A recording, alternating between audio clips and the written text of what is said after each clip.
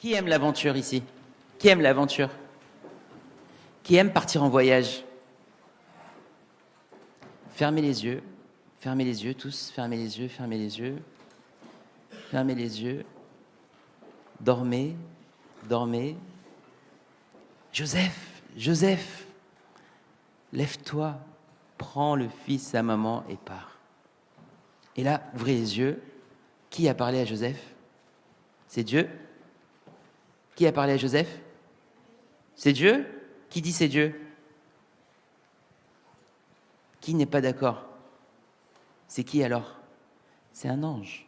L'ange dit à Joseph, lève-toi, prends Marie et son enfant et va en Égypte. Et donc la première aujourd'hui, juste après Noël, qu'on a fêté mercredi dernier, Hérode, furieux, voulait tuer l'enfant parce que pour lui, il ne pouvait pas y avoir deux rois. Mais il y a deux rois. Et c'est exactement la même situation qu'il y avait à l'époque de David et Saül. David est un roi selon le cœur de Dieu et Saül était selon la terre.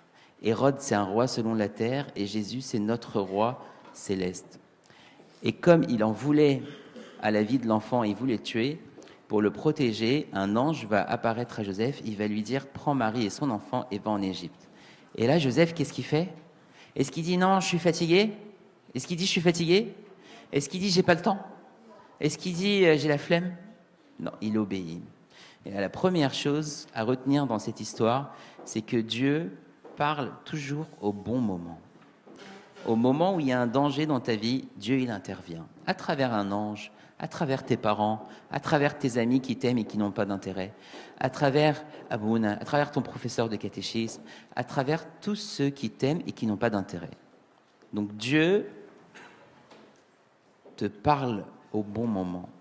La deuxième chose, Joseph obéit. Joseph, il ne discute pas avec l'ange, il négocie pas. Il lui dit « Oh non, l'Égypte, c'est loin. Est-ce que je peux aller à Nazareth ?» Il lui dit pas est-ce que je peux aller, est-ce que ça peut être sur une durée déterminée? Il lui dit rien. Il dit « Hadr ya Rab. » Ok. Et donc la deuxième leçon, c'est obéir à Dieu. Comme Joseph, on doit obéir au commandement de Dieu. On ne lui obéit pas par soumission, mais on lui obéit par amour. Parce que je sais que Dieu m'aime tellement qu'il ne peut vouloir que le bien pour moi.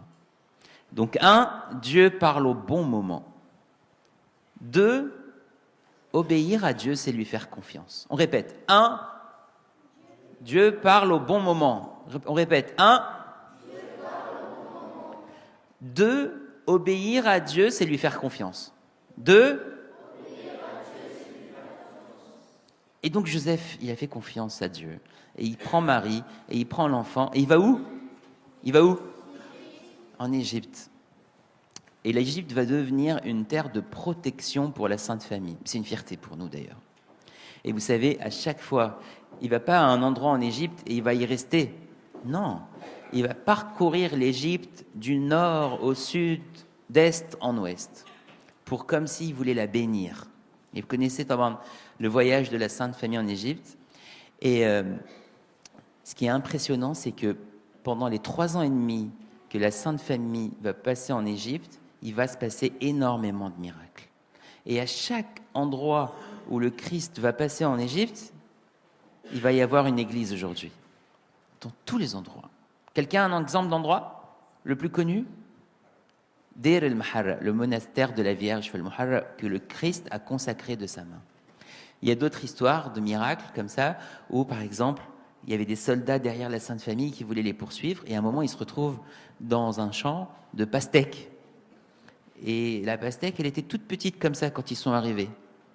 Et là, Joseph, il va comprendre que les soldats sont derrière lui. Et il va dire aux paysans, quand tu vas voir les soldats, Marie va lui dire, quand tu vas voir le soldat, tu vas pas lui mentir. Tu vas lui dire, oui, je les ai vus, mais les pastèques étaient toutes petites comme ça.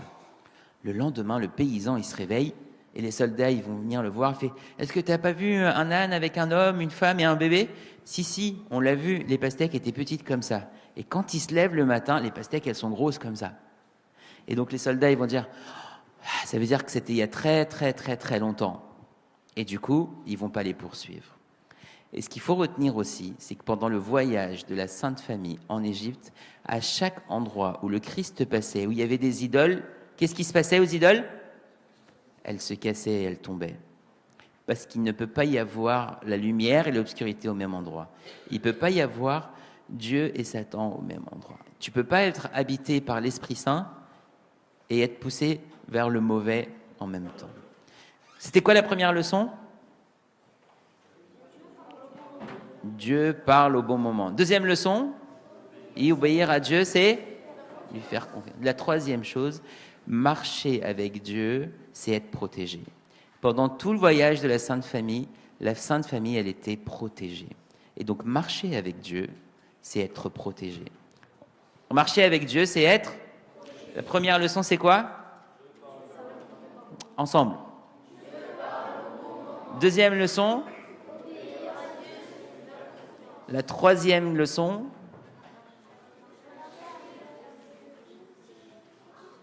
Marcher avec Dieu, c'est être protégé. Et il faut avoir ce sentiment que quand je suis avec Dieu, personne ne peut me faire du mal.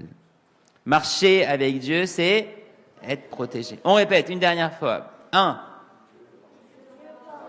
Et mémoire de poisson, c'est pas possible. On recommence. 1. 2. 3. Et gloire à Dieu soit éternellement. Amen.